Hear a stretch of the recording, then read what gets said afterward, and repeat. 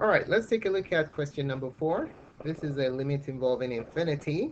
So in this problem, we are to find the limit as x approaches negative infinity of 2x squared plus 5x minus 2 divided by the third root of 27x minus 8x to the 9 plus pi.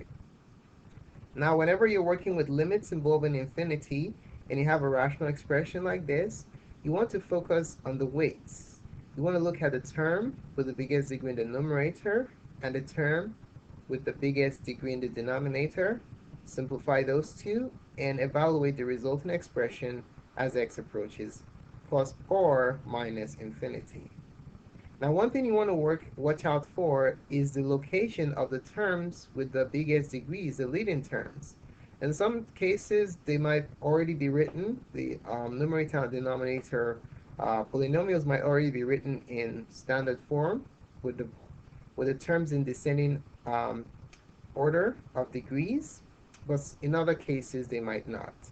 So a student might look at this problem, for instance, and they'll just blindly extract the first term in the numerator, assuming that it's the term with the highest degree, and extract the first term in the denominator, assuming it is the denominator with the highest degree.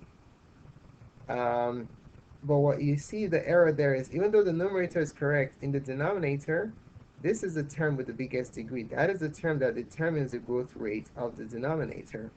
So you want to be really careful when determining the term that determines the growth of a numerator and the denominator of limits involving infinity when you're dealing with rational expressions. So in the numerator, the term with the biggest degree is 2x squared. So we're going to extract that from the top. In the denominator, we're going to extract negative 8x to the 9. Notice how I took the sign along, too. All right? So we're going to have the limit as x approaches negative infinity of 2x to the second power. Now in the denominator, notice that this term is cube root, okay? So we don't just extract it like that. We have to take the cube root of that term, negative 8x to the 9th power, okay? So if we take the cube root of that, we're going to have the limit as x approaches negative infinity of 2x to the second power. The cube root of negative is negative. The cube root of 8 is 2, because 2 to the third is 8. The cube root of x to the 9 is x to the third. You just divide 3 by the exponent, right? So you have x to the third power. So there you have it. Now that we've extracted the fastest growing terms in the top and bottom, we're going to reduce this expression, all right?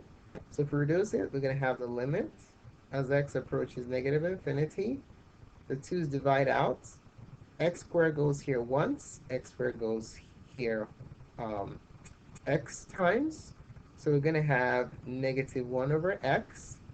Now we can evaluate this simplified expression when x approaches negative infinity. So we're going to have negative 1 over negative infinity, which is equal to 1 over infinity, and your final answer is 0. All right? So that's that.